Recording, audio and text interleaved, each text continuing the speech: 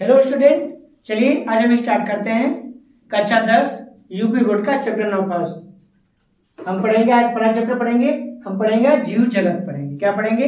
आज हम जीव जगत पढ़ेंगे। ठीक है, तो आज से हम स्टार्ट करने वाले हैं कक्षा 11 का चैप्टर नंबर 1 पढ़ेंगे, जिसमें हम क्या पढ़ेंगे? हम पढ़ेंगे जीव जगत पढ़ेंगे। क्या पढ़ेंगे? हम जीव जगत के बारे में आज हम स्टडी करने वाले हैं। तो जीव जगत क्या होता है? तो जीव जगत एक धरती पे पाया जाने वाला एक ऐसा साम्राज्य होता है जिसमें जैव प्रक्रियाएं पाई जाती हैं। क्या पाई जाती हैं? जैव प्रक्रियाएं पाई जाती हैं, जिसे क्या कहता है? जिसे हम जीव जगत कहा जाता है। जीव जगत का मतलब होता है क्या?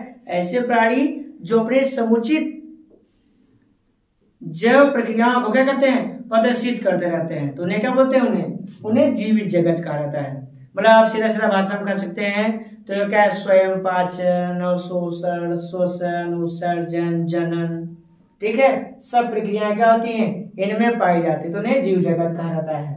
ठीक है, और इनमें क्या पाया जाता है? इनमें जीवन पाया जाता है। ठीक है, तो जीवन इनमें पाया जाता है। क्या पाया जाता है? इनमें पाया जाता है जीवन।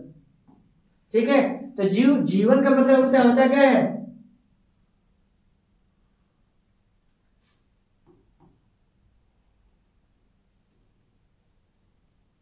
क्या कहता है?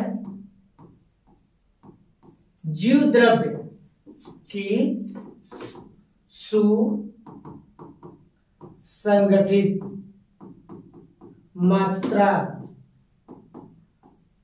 को ही, मतलब कि जीव द्रव्य की सुसंगठित मात्रा को ही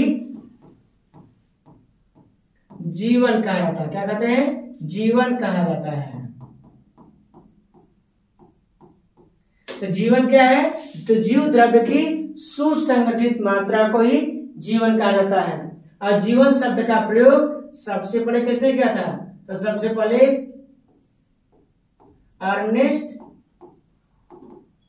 अर्नेस्ट हेकल नामक वैज्ञानिक ने किया था। तो सबसे पहले अर्नेस्ट हेकल नामक वैज्ञानिक ने जीवन शब्द का प्रयोग किया था। तो जीवन शब्द का प्रयोग सबसे पहले किसने किया था?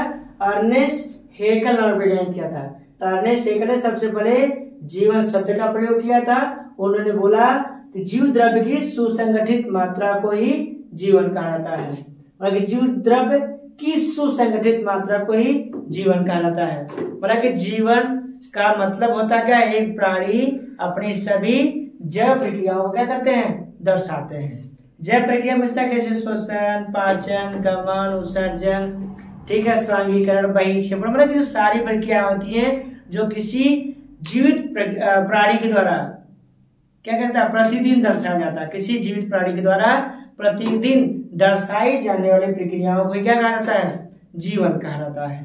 ठीक है, और ये क्या होते हैं? ये जैव प्रक्रम के अंतर्गत आते हैं। ठीक है, और सबसे खास बातें हैं, जैसे जो प्राणी होता है तो वैज्ञानिक रूप से क्या होता है? जीवन को जैसे चयापचय, विकास, प्रजनन जैसी विशेष प्रकार की क्या करते हैं? ये प्रक्रियाओं को दर्शाते हैं। ठीक है, और जो होता है सबसे खास बात है कि प्राणियों से संबंधित सबसे पहली बुक का नाम क्या था? बुक का नाम था हिस्टोरिया एनिमिलिया था। क्या नाम था? पहली बुक का नाम क्या था? हिस्टोरिया एनिमिलिया बुक का नाम था। और ये बुक किसने छापा था? ये बुक थी ये बुक प्रकाशित हुआ था अरस्तु ने इसको प्रकाशित किया था। किसने किया था?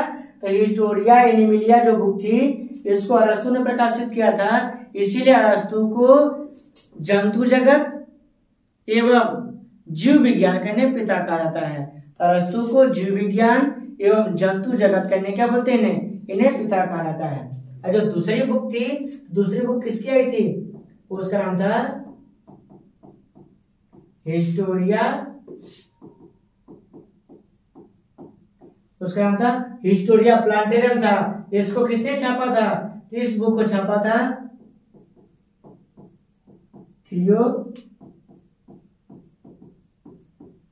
थियोफ्रैटस की लिखी गई बुक थी। ठीक है, फिर इसका थर्ड बुक था, किसने लिखा था? तो बुक था चरक संहिता था। चरक संहिता किसने छापा था? तो इसको छापा था चरक वैज्ञानिक ने ही छापा था। इसलिए इन्हें क्या बोलते हैं, इन्हें आयुर्वेद का पिता बोलते हैं। क्या बोलते हैं इन्हें आयुर्वेद का इन्हें पिता कहा था। किसको, चरक को। चरक को क्या कहते हैं, आयुर्वेद का पिता कहते हैं। क्यों, क्योंकि इन्हें क्या कहता है, इन्होंने चरक संहिता नामक पुस्तक का प्रकाशन किया था। तो चलिए फिर से पढ़ लेते हैं। तो अरस्तु के द्वारा एक बुक पब्लिश की गई थी, उस बुक का नाम क्या था, हिस्टोरिया एनिमिलिया था।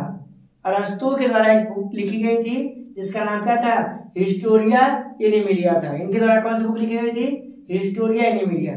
इसमें जंतुओं से संबंधित सभी जानकारी थी। लेकिन सबसे खास बात यह है कि अरस्तु नामक वैज्ञानिक ने ही पादप जगत को 3 भागों में बांटा है। ठीक है, कौन कौन सा, शाकी जगत, झाड़ी जगत और वृक्ष जगत। मतलब कि इन्होंने 1 वर्षीय, 2 वर्षीय और बहुवर्षीय जो पौधों का जो विभाजन हुआ, मतलब हर्ब श्रब ट्री मतलब शाकी पौधे, झाड़ी पौधे और वृक्ष पौधे। इसको किसने डिराइव किया था, अरस्तु ने ही इसको डिराइव किया था। मतलब अरस्तु ने पादप जगत को 3 भागों में बांटा था। कौन कौन सा, शाकी पौधे, झाड़ी पौधे, वृक्ष पौधों में उसको क्या किया था, उन्होंने डिवाइड किया था। ठीक है, फिर इसके बाद इसीलिए अरस्तु को जंतु जगत एवं पादप जगत का इन्हें पिता कहा। मिस्टेक, अरस्तु को इन्हें क्या, जंतु जगत एवं जीव विज्ञान के पिता कहता है। लेकिन जो हमने अभी क्या है, जो हिस्टोरिया जो प्लांटेरियम था, ये थियोफ्रैटस ने लिखा था, तो इसलिए थियोफ्रैटस को क्या बोलते हैं, इन्हें पादप जगत का इन्हें पिता कहा जाता है। क्या कहते हैं, इन्हें पादप जगत का इन्हें पिता कहा जाता है। ठीक है, फिर इसके बाद जो चरक संहिता था, तो चरक संहिता को किसने लिखा था, चरक नामक वैज्ञानिक को लिखा था। तो चरक नामक वैज्ञानिक क्या लिखा था, चरक संहिता नामक बुक को लिखा था, जिसके कारण इन्हें क्या बोलते हैं, आयुर्वेद का पिता कहा जाता है। तो चरक संहिता किसने लिखा था, चरक ने लिखा था, जिसके कारण इन्हें क्या बोलते हैं, आयुर्वेद का इन्हें पिता कहा जाता है। किसका पिता, आयुर्वेद का इन्हें पिता कहा जाता है। ठीक है, फिर इसके बाद ये जो प्राणी साम्राज्य था, तो प्राणी साम्राज्य को क्या है, ये धरती पर सबसे बड़े क्या है, कैरोलस लीनियस नाम के वैज्ञानिक ने इसको क्या कहता है, उन्हें एक्सप्लेन किया था। ठीक है, तीसरी ने वर्गीकी एवं वर्गीकरण के पिता कहता है। जो कैरोलस लीनियस है, तो 1758 ईस्वी में इनकी एक बुक आई थी जिसका नाम क्या था, सिस्टेमा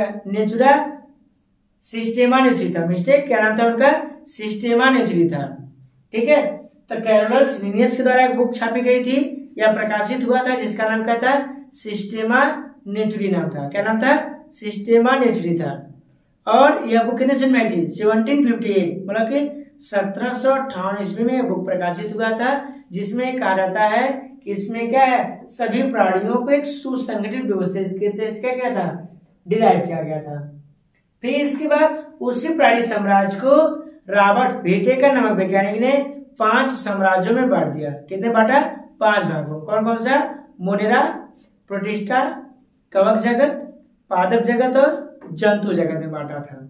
ठीक है, तो जो हमारे पास जो क्या था, जो प्राणी साम्राज्य था, तो प्राणी साम्राज्य को रॉबर्ट व्हिटेकर नामक वैज्ञानिक ने 5 भागों में बांटा। कौन कौन सा, तो पहला बांटा था मोनेरा, दूसरा प्रोटिस्टा, तीसरा कवक जगत, इसके बाद पादप जगत, इसके बाद जंतु जगत। इन भागों में क्या किया इन्होंने इसको डिवाइड कर दिया। कौन कौन सा, इन्होंने बांटा मोनेरा, प्रोटिस्टा, कवक, पादप जगत और जंतु जगत। इन जगतों में क्या किया इन्होंने इसको डिवाइड कर दिया था। लेकिन सबसे खास बात है कि इन्होंने एक बेस बनाया था, मतलब कि प्राणियों को पोषण के हिसाब से, ठीक है, उनके आवास के हिसाब से, उनके गमन के हिसाब से, उनके प्रवास के हिसाब से, ठीक है, शारीरिक संरचना के हिसाब से, उत्तकी संगठन के हिसाब से, ठीक है, इन सब चीजों के हिसाब से क्या है, इन्होंने प्राणियों को क्या है, इन्होंने डिवाइड किया था। ठीक है, और यहाँ पे जो प्राणियों का जो जीवन होता है उसको हम 6 भागों में भी बांट सकते हैं। मतलब जैसे हमारे पास जैसे जंतु जगत हो गया, फिर पादप जगत हो गया, कवक जगत हो गया, फिर इसका प्रोटिस्टा जगत हो गया, फिर इसका बैक्टीरिया जगत हो गया, फिर इसका एंशिएंट बैक्टीरिया, मतलब जो प्राचीन बैक्टीरिया था उसको हम क्या कर सकते हैं, उसको अलग से हम बांट सकते हैं। ठीक है, अब आते हैं क्या है, सजीव जगत में विविधता। विविधता पूछता क्या है कि प्राणियों में जो अंतर दिखाई देता है, जैसे कोई प्राणी छोटा है, कोई बड़ा है, ठीक है, फिर कोई प्राणी मोटा है, गोरा है, काला है, कोई किसी प्राणी के पास सींग है, किसी के पास सींग नहीं है, किसी के पास कोई मांसाहारी है, कोई सर्वाहारी है, कोई शाकाहारी है, ठीक है, कोई स्वपोषी है, कोई परपोषी है। तो जो प्राणियों में जो अंतर दिखाई देता है तो उसी को क्या बोलते हैं, उसी को बोलते हैं विविधता कहता है, ठीक है।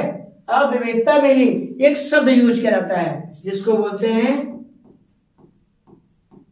जैव विविधता, बोलते हैं क्या बोलते हैं, जैव विविधता। तो जैव विविधता शब्द का प्रयोग किसने किया था, सबसे पहले यूज किया था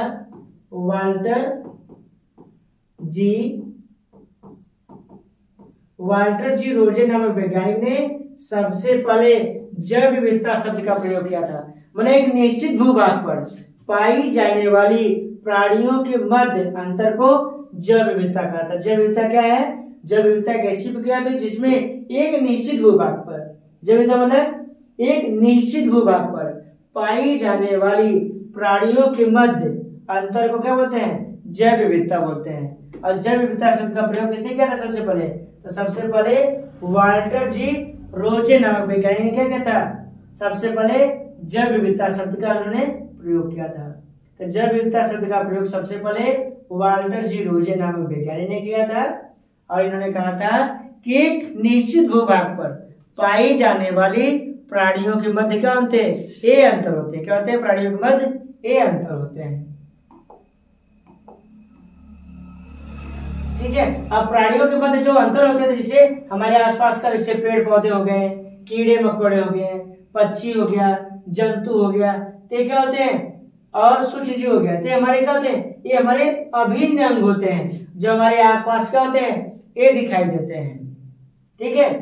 तो इसका एक ही हम सीमा यदि अवलोकन किया जाए तो क्या होता है, इससे बगीचे की तुलना में अधिक प्रजातियां होती है। जैसे हम बगीचे में देखा जाए तो बगीचे में क्या होती है, सभी प्रकार के प्राणी हमको क्या देखने को आराम से मिल जाते हैं। क्यों, क्योंकि जो पेड़ पौधे होते हैं तो पेड़ पौधे से वृक्ष हो गया, कीड़े मकोड़े हो गया, सभी प्राणी का आसानी से एक ही क्षेत्र में क्या होता है, देखने को मिल जाता है। तो उसको हम जैव विविधता हम कह सकते हैं, ठीक है।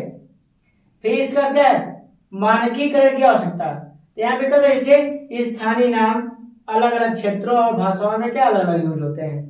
भाई इससे आप देखेंगे जो प्राणी होते हैं तो अलग अलग क्षेत्र में क्या होते हैं, अलग अलग भाषाओं का यूज करते हैं। तो सभी प्राणी क्या होती है, अपनी अपनी भाषा। जैसे पक्षी होती है तो पक्षी अपनी भाषा में बात करेगी, जैसे शेर है तो शेर अपनी भाषा में बात करता है, बिल्ली है तो अपनी भाषा में, मानव है तो अपनी भाषा में। तो सभी प्राणी क्या होते हैं, अपनी अपनी भाषाओं का यूज करते हैं। और भाषा ही क्या होती है, प्राणियों की विशिष्ट पहचान होती है, ठीक है। जैसे आपने भी कभी गेस किया होगा, यदि कोई प्राणी बोलता है तुरंत आपके दिमाग में चला आता है कि अच्छा हाँ ये जानवर क्या कर रहा है, यहाँ पे बोल रहा था, तो उसी हिसाब से क्या है इनका हम यूज करते हैं, ठीक है। फिर आते हैं क्या है, वैज्ञानिक नामकरण प्रणाली आते हैं, ठीक है। तो वैज्ञानिक नामकरण प्रणाली का मतलब क्या होता है, एक ऐसी व्यवस्था होती है जिसमें प्राणी को एक विश्व लेवल पे क्या मिलता है, उनको पहचान मिलती है। तो नामकरण वह पद्धति होता है, नामकरण वह पद्धति है जिसके द्वारा किसी भी प्रकार के प्राणी को एक विश्व स्तर पे क्या मिलता है, उसको पहचान मिलता है। तो उसको क्या बोलते हैं, उसको नामकरण प्रणाली कहा जाता है। तो नामकरण प्रणाली एक ऐसी पद्धति होती है जिसमें प्राणी को विश्व स्तर पर क्या मिलता है, उसको पहचान मिलता है। तो उसको क्या बोलते हैं, वैज्ञानिक नामकरण कहा जाता है, ठीक है। और इसमें होता है द्वि नामकरण पद्धति। तो द्वि नामकरण पद्धति का मतलब क्या होता है, तो द्वि नामकरण पद्धति होता है उनका क्या होगा, वंश और जाति। फर्स्ट नाम क्या होता है, वंश होगा और द्वितीय नाम जाति हो जाएगा। प्रथम नाम वंश हो गया, द्वितीय नाम जाति हो गया, तो इससे क्या बोलेंगे, द्वि नामकरण पद्धति कहा जाएगा, ठीक है। तो द्वि नामकरण पद्धति क्या है, एक ऐसी पद्धति होती है जिसमें फर्स्ट नाम वंश होता है और द्वितीय नाम क्या होगी कि जाति होता है, ठीक है। और सबसे खास बात यह है कि सहमत सिद्धांतों के आधार पर वैज्ञानिक नाम एक सार्वभौमिक मानक सुनिश्चित करते हैं। मतलब कि सही बात है, यदि किसी प्राणी का नाम रखेंगे तब उसको पहचान जाएगा, तो वरना यदि कोई बच्चा पैदा हुआ अपने नाम उसका नहीं रखा तो उसका जो कालीन प्रोसेस होगा, मतलब पुकारने की जो प्रक्रिया होगी वो अधूरी रह जाती है, ठीक है। फिर पौधों के लिए ICPN का यूज करते हैं, मतलब अंतरराष्ट्रीय वनस्पति नामकरण संहिता का यूज करते हैं। मतलब कि पेड़ पौधों का नाम रखना है तो अंतरराष्ट्रीय वनस्पति नामकरण संहिता का यूज करेंगे। यदि जानवरों के लिए यूज करना है तो अंतरराष्ट्रीय प्राणी नामकरण संहिता का क्या करते हैं, उसका यूज करते हैं। और हमने आपको भी बताया था कि कैरोलिनस लिनियस को क्या बोलते हैं, वर्गीकरण एवं वर्गीकी का पिता कहा जाता है। कैरोलिनस लिनियस को वर्गीकी एवं वर्गीकरण के पिता कहा जाता है, क्योंकि इन्होंने 1758 ईस्वी में एक सिस्टेमा नेचुरी नामक बुक को क्या किया था, उन्होंने प्रकाशित किया था। क्या था, सिस्टेमा नेचुरी नामक एक बुक को इन्होंने प्रकाशित किया था। ठीक है, अब कैरोलिनस लिनियस के द्वारा प्रस्तुत इसमें दो घटकों का क्या किया था, उपयोग किया जाता है। ठीक है, जिसमें कहता है जेनरिक नाम होता है, दूसरा विशिष्ट विशेषण होता है। जेनरिक नाम में क्या था, वंश को दर्शाया जाता है, जैसे आम के लिए क्या मैंगीफेरा, और विशिष्ट मतलब मैंगीफेरा इंडिका होता है। ठीक है, अब वैज्ञानिक नाम लिखने के क्या होते हैं, बहुत सारे तरीके होते हैं। क्या होते हैं, वैज्ञानिक नाम लिखने के लिए बहुत सारे तरीके होते हैं। नंबर पहला, इनमें क्या होता है, लैटिन शब्द का यूज करते हैं, और जो भी हम साइंटिफिक नेम लिखते हैं, जैसे लिख दिया मैंगीफेरा इंडिका, तो इन नामों को क्या करते हैं, यहाँ पे इसको हम अंडरलाइन करते हैं।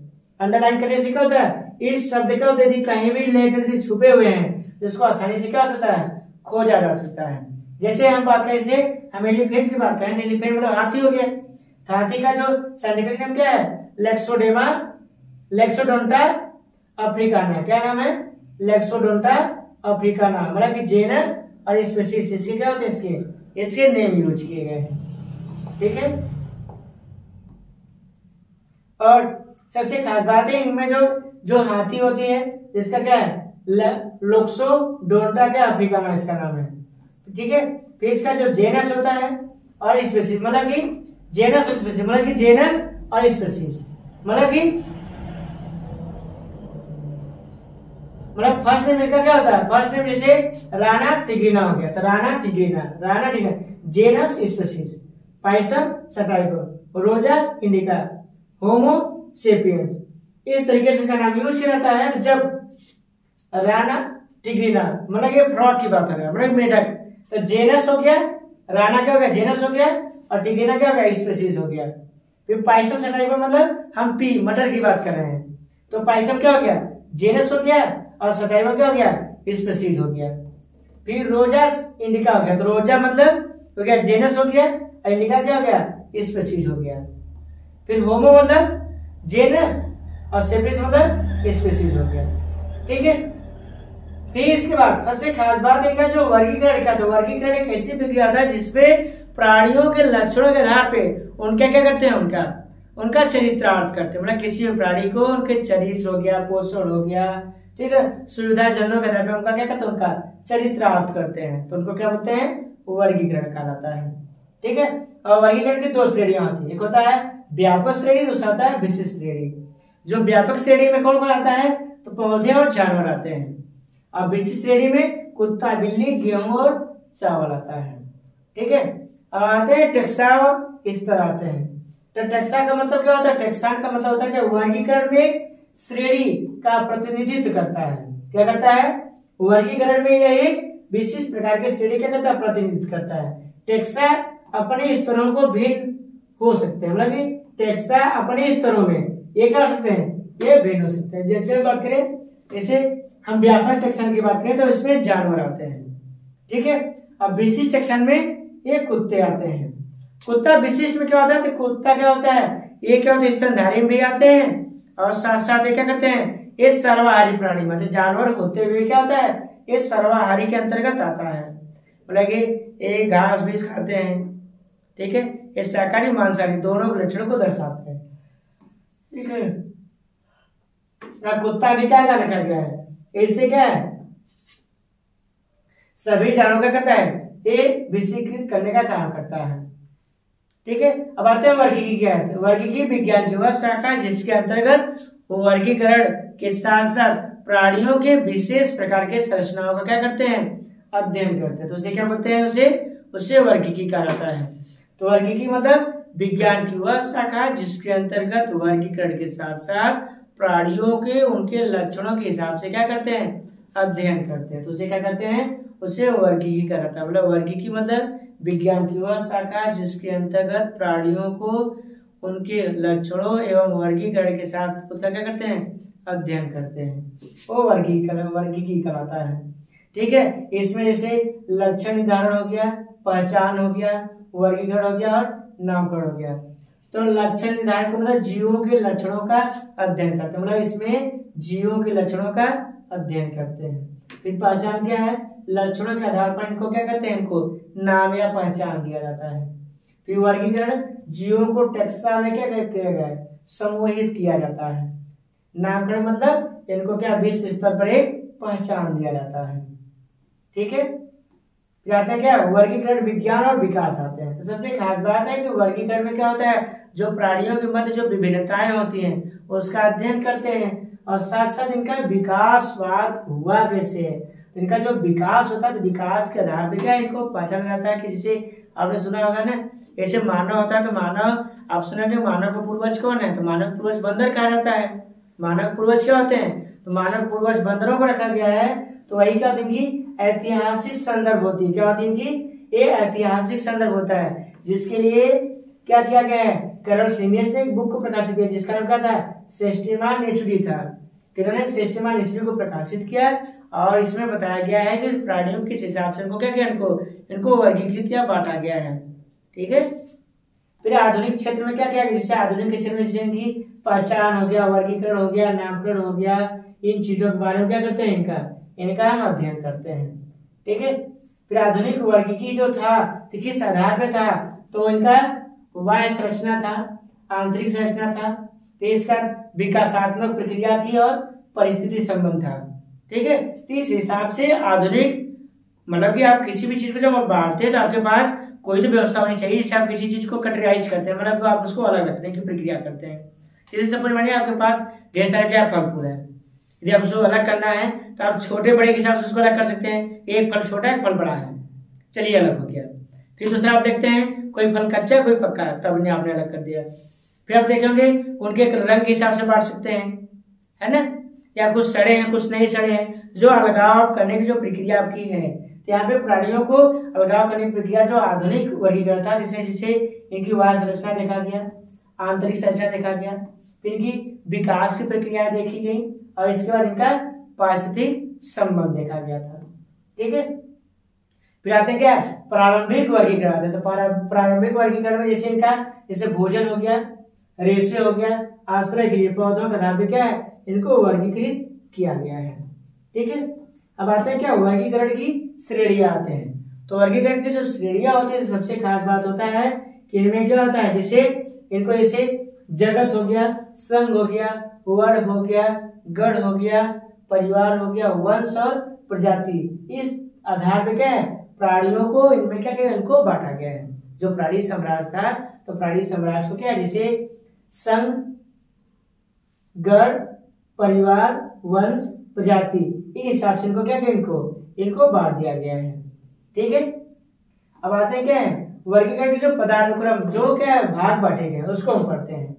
जैसे देखते हैं पहले आते हैं प्रजाति आते हैं, क्या आते हैं, हम पढ़े प्रजातियां पढ़ेंगे। तो प्रजातियां क्या होती है, प्रजातियां जैविक वर्गीकरण की क्या होती है, मूलभूत इकाई होती है। क्या होती है, वर्गीकरण की एक मूलभूत इकाई है जिसमें समान संरचना, कार्य और आनुवंशिक संरचना वाले जीव शामिल होते हैं। मतलब ऐसे प्राणियों से शामिल किया गया जिनकी संरचना, कार्य और आनुवंशिक संरचना क्या हो, एक समान पाया जाए। ठीक है, और जो उपजाऊ संतान पैदा करने के लिए क्या होते हैं, आपस में प्रजनन करने में क्या होते हैं, सक्षम होते हैं। मतलब यहाँ पे ऐसी प्रजाति को बांटा गया है जो आपस में क्या कर सके, संयुग्मित होकर के एक नए प्रकार के प्राणी का कर सके, उत्पन्न कर सके। ठीक है, एक प्रजाति के सदस्य विशेषताओं का एक अनूठा समूह साझा करता है और एक विशेष परिस्थिति स्थान में क्या करते हैं, वो कब्जा कर लेते हैं। मतलब कि जहां पे पाए जाएंगे तो अपनी संख्या क्या होते हैं, बढ़ाते जाते हैं। सामाजिक प्राणी, जैसे मानव है तो मानव अपने घर बनाया, फिर इसके बाद उनके संतान होंगे, फिर उनकी पीढ़ी दर पीढ़ी बढ़ती जाएगा और धीरे धीरे क्या हो जाएगा, एक प्राणी से गांव, गांव से क्या हो जाएगा, फिर शहर हो जाएगा, शहर से क्या हो जाएगा, एक देश का निर्माण कर सकते हैं। तो एक ही जाति से, तो जैसे मैंगीफेरा इंडिका, जैसे आम हो गया तो आम का अपने बगीचा देखा होगा, या मानव, तो मानव के जो क्या अपने समाज का क्या अपने क्या देखा होगा कि जो प्राणी होते हैं तो क्या करते हैं, एक सोसाइटी अपनी बना के चलते हैं। ठीक है, फिर आते हैं वंश आते हैं। तो वंश एक वर्गीकरण श्रेणी है। वंश क्या है, एक वर्गीकरण का एक महत्वपूर्ण श्रेणी होता है जो प्रजातियों से ऊपर और परिवार से नीचे की रैंकिंग माना गया है। मतलब कि क्या है, प्रजातियों से ये ऊपर रखा गया है और परिवार से क्या है, ये नीचे माना जाता है। ठीक है, जो समान विशेषताओं को साझा करने वाली निकट से संबंधित प्रजातियों क्या करता है, समूहीकृत करता रहता है।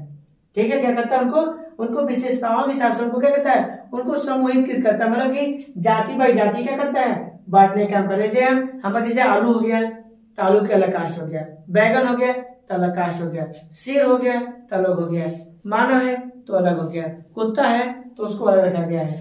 ठीक है, तीन प्रकार क्या है, यदि अलग अलग बांटने की जो प्रक्रिया होती है तो किसमें होती है, वो वंश में होती है। ठीक है, फिर आते हैं परिवार आते हैं। तो परिवार आपने देखा होगा, परिवार का मतलब होता है क्या है, एक ऐसी परिस्थिति माना गया है जहाँ पे सभी प्रकार के जो एक परिवार में जो भी प्राणी या सदस्य होते हैं वो एक ही संरचना के वाले होते हैं। इसमें क्या होते हैं, इसमें क्या होता है, व्यापक रूप से जो परिवार होता है वो क्या होती है, एक ही प्रकार की क्या होते हैं, इसमें प्राणियां पाई जाती हैं। ठीक है, जैसे इसमें जिससे बात करें, जैसे हम पैंथेरा की बात, जैसे हम बिल्ली की बात करें, बिल्ली और तेंदुआ की बात करते हैं, क्या होते हैं, दोनों एक ही परिवार से होते हैं। बिल्ली और तेंदुआ क्या होते हैं, दोनों एक ही परिवार से होते हैं। बस अंतर इतना है, तो जो तेंदुआ होती है, जो पैंथेरा जो टाइगर जो तेंदुआ होते हैं वो जंगलों में रहते हैं, जो बिल्ली रहती है वो मानव के आसपास के उनके घरों या उनके साथ ये देखने को पाए जाते हैं। ठीक है, फिर आते हैं गण आते हैं। तो गण का मतलब होता है क्या, गण एक टेक्सोनॉमिकल श्रेणी है, तो भी टेक्सोनॉमिकल श्रेणी है, मतलब वर्गीकरण की बात है, जो परिवार से ऊपर और वर्ग से ये नीचे पाई जाती है, जो साझा विशेषताओं वाले संबंधित परिवारों को समूहीकृत करती है तथा गण विकासवादी संबंधों को उजागर करते हैं और जीवों को एक वर्ग के भीतर एक व्यापक वर्गीकरण ढांचा का क्या करते हैं, वो निर्माण करने का वो कार्य करते हैं। जैसे हम बात कर रहे हैं, जैसे हम बिल्ली और हम कुत्ते की बात कर रहे हैं, तो जो बिल्ली और कुत्ते क्या होते हैं, दोनों अलग अलग प्राणी से आते हैं। जैसे कुत्ता होता है तो क्या होता है, एक कैनिडी फैमिली से आता है, और बिल्ली का होता है एक फैलिडी फैमिली से आता है। तो मतलब कैनिस डोमेस्टिका और कैनिस फैलिडी के अंतर्गत दोनों आते हैं, मतलब कि दोनों अलग अलग प्रजाति से आते हैं, लेकिन दोनों क्या कहते हैं, एक ही साथ क्या मानव के साथ या आसपास उनके कॉलोनी के आसपास ये देखने को पाए जाते हैं। ठीक है, अब आते हैं वर्ग आते हैं। तो वर्ग क्या होता है, तो ये भी एक प्रकार की क्या है, वर्गीकरण का एक महत्वपूर्ण भाग होता है, जो क्या करता है, एक पदानुक्रम प्रमुख विभाजन क्या करता है, ये प्रतिनिधित्व करते हैं और एक विशेष प्रकार के लक्षणों पे क्या करते हैं, ये जोड़ देते हैं, मतलब कि विशेष प्रकार के लक्षणों को उजागर करने में क्या करते हैं, ये मदद करते हैं। जैसे बाघ, बिल्ली, कुत्ता हो गया, अब प्राइमेट्स में क्या, जैसे बंदर, गोरिल्ला और मनुष्य के अंतर्गत आते हैं। ठीक है, फिर आते हैं क्या है, हम आते हैं संघ आते हैं। तो संघ क्या करता है, तो संघ एक प्रकार के क्या है, सभी प्रकार के प्राणियों क्या करता है, वो समूहीकृत करता है। तो जो संघ होता है, तो संघ क्या होता है, वो सभी प्रकार के क्या प्राणियों को एक कार्यात्मक एवं संरचनात्मक के हिसाब से क्या करता है, प्राणियों को समूहीकृत करने का एक कार्य करते हैं। ठीक है, जैसे हम बात करें, जैसे स्तनधारी प्राणी की बात कर रहे हैं, हम पक्षी वर्ग की बात करें, हम सरीसृप वर्ग की बात करें, उभयचर वर्ग की बात करें, फिर मछली वर्ग की बात करें। ठीक है, फिर आते हैं जगत आते हैं। तो जगत क्या होता है, तो यहाँ पे जो प्राणी होते हैं, तो जैसे संरचना हो गया, पोषण हो गया, प्रजनन हो गया, मतलब विशिष्ट प्रकार के लक्षणों पे क्या कहते हैं, उनको पहचाना जाता है। ठीक है, और इसमें से हम एनिमिलिया की बात करें, जंतु जगत की बात करें तो सभी जंतु आ जाएंगे। यदि हम प्लांटेरियम की बात करें तो इसमें सभी पेड़ पौधे चले आते हैं। ठीक है, अब आरोही क्रम आते हैं, तो आरोही क्रम में क्या, बढ़ता हुआ क्रम होता है, आरोही मतलब बढ़ता हुआ क्रम होता है। ठीक है, फिर आते हैं निम्न श्रेणियां आते हैं। निम्न श्रेणी में क्या है, अधिक साझा विशेषताएं होती है, मतलब कि इनमें क्या होता है, जो प्राणी होगा ना, उनके मैक्सिमम लक्षण एक प्राणी से मिलता जुलता दिखाई दे, मतलब कि ऐसे प्राणी जो उनको क्या लक्षण एक साथ मिलता जुलता दिखाई दे, तो उसे क्या बोलते हैं, उसे निम्न श्रेणी कहा जाता है। जैसे हम पैंथेरा टाइग्रिस और पैंथेरा लियो की बात कर रहे हैं, मतलब कि आपने देखा तेंदुआ और चीता हो गया, बाघ हो गया, तो इनके लक्षण क्या होता है, मैक्सिमम क्या होते हैं, एक तरीके से दिखाई देते हैं।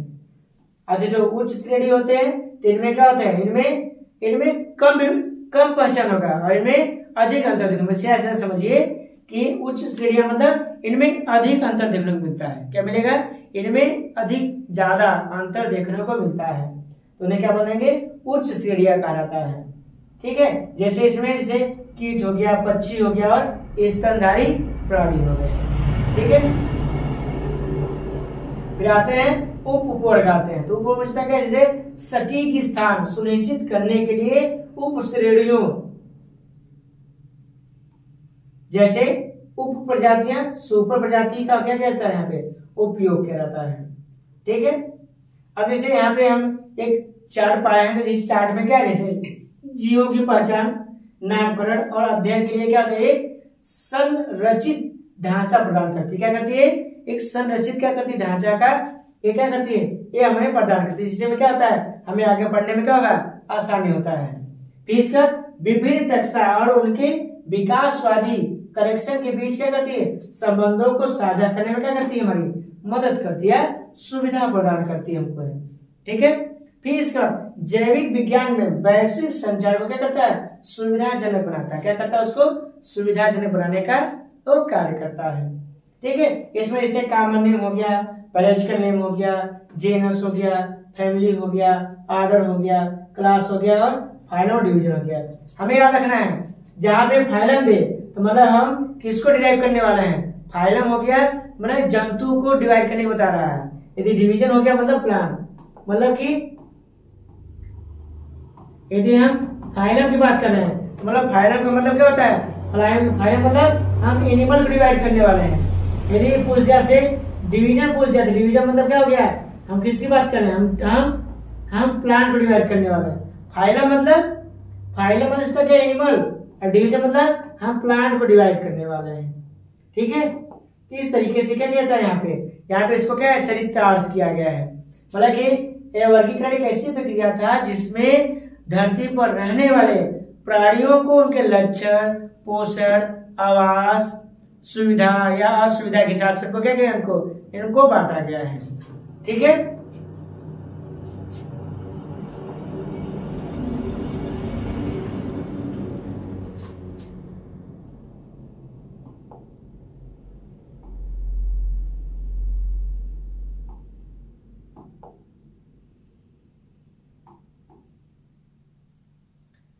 ठीक है। और जीवों की क्या है, 3 क्षेत्र आते हैं। तो जीवों के जो क्षेत्र होते हैं, जीवों का क्षेत्र का मतलब होता है क्या है, जीवन के 3 क्षेत्र। एक आधुनिक वर्ग का प्राणी होता है जो सभी जीवन को, जैसे हम बात करें तो जीवन के 3 क्षेत्र एक आधुनिक वर्गीकरण प्रणाली है। ठीक है, जो सभी जीवन रूपों को 3 व्यापक डोमेन में क्या कहता है, व्यवस्थित किया जाता है। क्या किया जाएगा, 3 व्यापक डोमेन में क्या किया जाए, इनको व्यवस्थित किया। जैसे एक हो गया आर्किया हो गया, दूसरा क्या हो गया, दूसरा बैक्टीरिया हो गया, और तीसरा क्या हो गया, यूकैरिया हो गया। ठीक है, और इसी क्या होता है, 1990 में कार्ल ओसे ने प्रस्तावित किया था। इसको सबसे बड़े किसने व्यवस्थित किया था, इसको कार्ल ओसे ने 1990 ईस्वी में क्या किया था, इसको व्यवस्थापित किया था। और यह मुख्य रूप से राइबोसोमल मतलब कि आरएनए अनुक्रमों पर क्या होते हैं, आधारित होते हैं, जो सभी प्रकार के जीवन में संरक्षित होते हैं। क्या होते हैं, जो सभी प्रकार के जीवों में संरक्षित होते हैं और विकासवादी संबंधों के लिए विश्वसनीय मार्कर के रूप में क्या करते हैं, एक कार्य करते हैं। क्या करेंगे, एक कार्य करते हैं। इनको 3 भागों में बांटा गया है, आर्किया, जीवाणु और यूकैरियोटिक है। ठीक है, तो चलिए इसमें हम पढ़ा लेते हैं। हम आते हैं आर्किया पढ़ते हैं। ठीक है, हम आर्किया पढ़ेंगे। आर्किया में होता क्या है, सबसे पुराना डोमेन होता है। क्या होता है, ये सबसे पुरानी पद्धति है और पृथ्वी पर सबसे पहले जीवों में से एक था। ये जो प्राणी था, जो आर्किया था, जो आर्कीबैक्टीरिया था, आर्कीबैक्टीरिया जो प्राचीन प्राणी था। आर्कीबैक्टीरिया धरती का सबसे प्राचीन प्राणी था, जिसमें आरएनए आनुवंशिक पदार्थ के रूप में क्या किया गया था, इनमें पाया गया था। ठीक है, और सबसे खास बात यह होता है कि आर्किया में को मूल रूप से बैक्टीरिया के रूप में क्या किया गया, वर्गीकृत किया गया। मतलब कि जो प्राणी है इसको हम क्या बोलते हैं, इसको बैक्टीरिया के नाम से ही क्या होते हैं, इसको जाना जाता है। ठीक है, और इनको क्या है, एक अलग डोमेन पद्धति में इनको क्या किया, स्थान दिया गया है। मतलब इनको एक अलग डोमेन पद्धति में क्या किया जाए, इनको स्थान दिया जाता है। ठीक है, फिर इनकी सामान्य विशेषता क्या है, इनकी विशेषता ये है कि सबसे खास बात है कि प्रोकैरियोटिक, जैसे केंद्रक हो गया, फिर इसका झिल्लीबद्ध अंग की क्या होता है, कमी होता है। जैसे इनके पास ये सपोज बने जैसे एक कोशिका है, ठीक है, तो कोशिका के बाहर जो अंदर जो केंद्रक होता है, तो केंद्र के बाहर सब प्राणियों में क्या पाई जाती है, आवरण पाई जाती है। तो जो प्राणी होते हैं तो प्राणियों में अंदर आवरण पाई जाती है। लेकिन सबसे खास बात है कि इनके पास यही क्या होता है, इनके पास केंद्रकीय आवरण इनके पास नहीं पाया जाता है।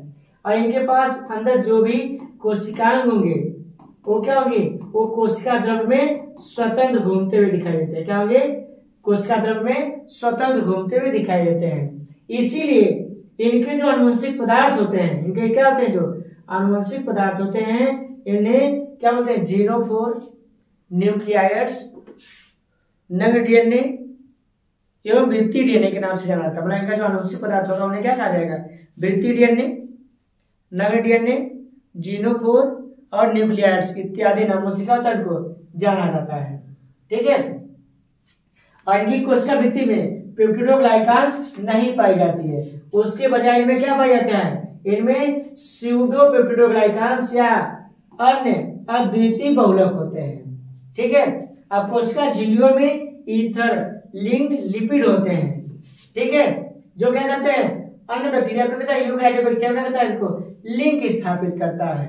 ठीक है, और राइबोसोम अपनी संरचना और कार्य में यूकैरियोटिक राइबोसोम से क्या होते हैं, मिलते जुलते। मतलब इनका जो राइबोसोम होगा आर्कियोबैक्टीरिया का, वो यूकैरियोटिक कोशिका से क्या होगा, वो मिलता जुलता हुआ क्या होता है, वो दिखाई देता हुआ प्रतीत होता है। ठीक है, फिर इसके बाद आर्की चरमपंथी जीव होते हैं। क्या होते हैं, ये चरमपंथी जीव होते हैं, जो चरम अवतार में क्या होते हैं, पनपते हैं। मतलब कि इनके पास चाहे जितना तापमान हो, चाहे प्रतिकूल हो चाहे अनुकूल, दोनों स्थिति में क्या होते हैं, ये उग सकते हैं। क्या हो सकते हैं, चाहे अनुकूल स्थिति हो चाहे प्रतिकूल स्थिति हो, दोनों स्थितियों में क्या होते हैं, ये उग सकते हैं। ठीक है, फिर इसका थर्मोफाइल्स, थर्मोफाइल्स तक उच्च तापमान वाले वातावरण में रहते हैं। मतलब इनको अधिक तापमान में क्या हो सकते हैं, आराम सूख जाएंगे। जैसे गर्म झरना हो गया, फिर इसका हाइड्रोथर्मल वेंट हो गया, इन सब चीजों में क्या होते हैं, ये आराम से उग जाते हैं। ठीक है, फिर इसका हेलोफाइल्स मतलब उच्च नमक वाले वातावरण में क्या होते हैं, पनपते हैं। जैसे नमक की झीलों भी ये उग सकते हैं। ठीक है, फिर इसका मेथनोजेंस मतलब कि चयापचय के उपोत्पादक के रूप में क्या होता है, मीथेन का उत्पादन करते हैं। जैसे दलदल और जुगाली करने वाले जानवरों की आंत जैसे अवायवीय वातावरण में भी क्या होते हैं, ये रहते हैं। और आनुवंशिक और चक्राकार मार्ग अक्सर बैक्टीरिया से काफी क्या होते हैं, भिन्न होते हैं। जो यूकैरियोटिक के साथ क्या होते हैं, समानता दिखाने में क्या होते हैं, वो सक्षम होते हैं। ठीक है, फिर उदाहरण के हिसाब से देखा जाए तो उदाहरण के हिसाब से जो प्राणी होते हैं इसमें क्या है, जैसे मिथनो बैक्टीरिया आ जाएगा, फिर इसका हेलो बैक्टीरिया हो जाएगा, इसके बाद सल्फोलोबस बैक्टीरिया आ जाएगा। ठीक है, फिर आते हैं डोमेन सेकंड में हम पढ़ते हैं, हम पढ़ेंगे, हम जीवाणु पढ़ेंगे। तो जीवाणु का पिता एंटोनी वान लेवेनहॉक को क्या कहा जाता है, जीवाणु का पिता कहा जाता है। क्यों, क्योंकि जीवाणु को सबसे पहले क्या किया था, इन्होंने इसकी खोज किया था। ठीक है, और जीवाणु का अध्ययन जीवाणु विज्ञान के अंतर्गत किया जाता है। जीवाणु का अध्ययन जीवाणु विज्ञान के अंतर्गत किया जाता है। इनके बाहर कोशिका परत पाई जाती है या कोशिका झिल्ली होती है। ठीक है, जो कोशिका भित्ति का कार्य करती है। और सबसे खास बात है कि इनकी जो कोशिका भित्ति होती है वो पेप्टिडोग्लाइकान्स का बना होगा। इनका जो श्वसन अंगक होगा वो क्या होगा, मीसोसोम्स होंगे। और इनका जो डीएनए होता है, हमने बताया था ना, इनका डीएनए कैसा होगा, वो भित्ति होंगे।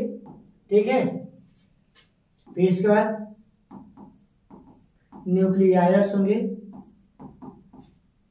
ठीक है, न्यूक्लियाइड्स होगा। फिर इसके बाद जीनोफोर कहा जाएगा। और क्या होगा, इन्हें न्यूक्लियाइड्स के नाम से जाना जाता है, वृत्तीय डीएनए। ठीक है, जीनोफोर। फिर इसके बाद नग्न डीएनए इत्यादि नामों से क्या होता है, इनको जाना जाता है। क्या होता है, इनको नग्न डीएनए इत्यादि नामों से क्या होता है, इनको जाना जाता है। ठीक है, और सबसे खास बात है कि जो बैक्टीरिया होती है इसे मोनेरा जगत के अंतर्गत रखा जाता है। और इनकी आयु कितनी होती है, इनकी आयु 20 मिनट होती है। और ये लगभग 80 डिग्री तापमान पे भी क्या रह सकते हैं, जिंदे रह सकते हैं। मतलब कितना तापमान, 80 डिग्री तापमान पे भी ये जिंदे रह सकते हैं। ठीक है, और सामान्य इनकी विशेषता क्या होता है, इनकी जो कोशिका भित्ति उन्हें बोला है पेप्टिडोग्लाइकान से बना होता है। और इनमें क्या होता है, इनमें जो अर्धसूत्री विभाजन इनमें पाया जाता है। क्या पाया जाएगा इनमें, अर्धसूत्री विभाजन पाया जाता है। और ये प्रकाश संश्लेषी, रसायन संश्लेषी, कीड़वत सभी इनके पास क्या होते हैं, सभी परिस्थिति में ग्रो कर सकते हैं। ठीक है, इनकी जो परिस्थिति भूमिका जैसे लाभकारी बैक्टीरिया मतलब ऐसे बैक्टीरिया जो हमारे क्या होते हैं, यूज होते हैं जैसे दही बनाने में, ठीक है, रोटी वोटी बनाने में, फिर इसके बाद नाइट्रोजन के स्थिरीकरण में सहायक होते हैं। और रोगजनक बैक्टीरिया क्या होता है, तो रोगजनक बैक्टीरिया जैसे हमें जो बुखार का उत्पन्न कर सके। तो वैसे नॉर्मल देखा जाए तो नॉर्मल जो होते हैं जीवाणु दो प्रकार के होते हैं। नॉर्मल देखा जाए तो जो जीवाणु होते हैं ये दो प्रकार के होते हैं। एक होता है ग्राम, एक होता है ग्राम पॉजिटिव होता है, और दूसरा क्या होता है ग्राम निगेटिव हो जाता है। ठीक है, जिसको किसने बांटा था, इसको क्रिश्चियन, किसने बांटा था, इसको क्रिश्चियन ग्राम नामक वैज्ञानिक इसको बांट दिया था। क्या किया था, इसको क्रिश्चियन ग्राम नामक वैज्ञानिक ने जीवाणु को दो भागों में बांट दिया था। कौन कौन सा, ग्राम पॉजिटिव और ग्राम नेगेटिव। जो ग्राम पॉजिटिव था इसकी कोशिका भित्ति काफी मोटी होती है जिससे रोग को उत्पन्न नहीं कर पाते हैं। जो ग्राम नेगेटिव होता है इनका कोशिका भित्ति क्या होती है, काफी पतली होती है, ये बहुत सारे रोगों क्या कर सकते हैं, ये उत्पन्न कर देते हैं। तो जीवाणु या बैक्टीरिया कितने प्रकार के होते हैं, दो प्रकार के नॉर्मल। कौन कौन सा, ग्राम पॉजिटिव और ग्राम नेगेटिव होते हैं। ठीक है, अब उदाहरण में क्या होता है, जैसे एस्केरिया कोलाई आता है।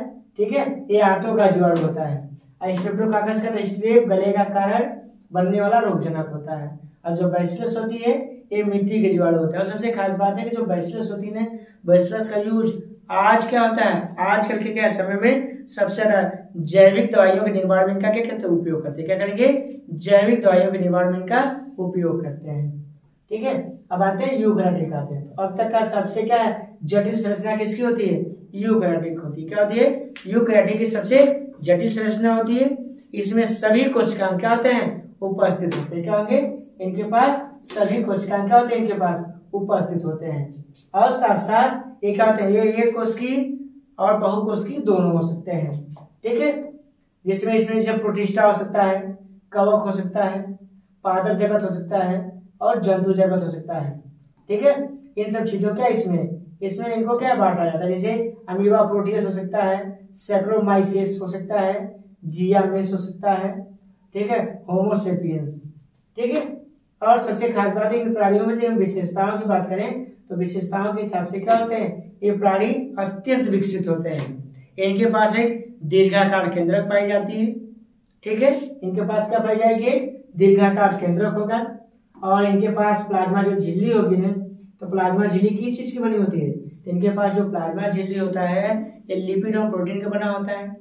वो क्या होता है, तो एक प्रकार की चयनात्मक झिल्ली होती है। ठीक है, और ये जो पादप जो कोशिका था, कोशिका खोज सबसे पहले रॉबर्ट हुक नामक वैज्ञानिक ने 1665 ईस्वी में, कोशिका की खोज सबसे पहले रॉबर्ट हुक नामक वैज्ञानिक ने 1665 ईस्वी में ओक पौधे के छाल से किया था। किसे किया था, ओक पौधे के छाल से क्या किया, उन्होंने कोशिका की खोज किया था। उनके अनुसार बताया गया कि जो कोशिकाएं होती हैं ये क्या होती हैं, ये मधुमक्खी के छत्ते के समान ये दिखाई देती हैं।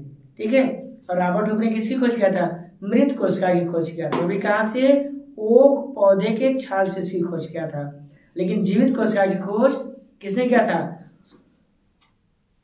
1674 ईस्वी में एंटोनी वान लीवेनहॉक नामक वैज्ञानिक ने जीवाणु या प्रोटोजोआ से जीवित कोशिका की खोज किया था। इसलिए उन्हें जीवित कोशिका का पिता कहा जाता है। एंटोनी वान लीवेनहॉक को जीवित कोशिका का पिता कहा जाता है। ठीक है।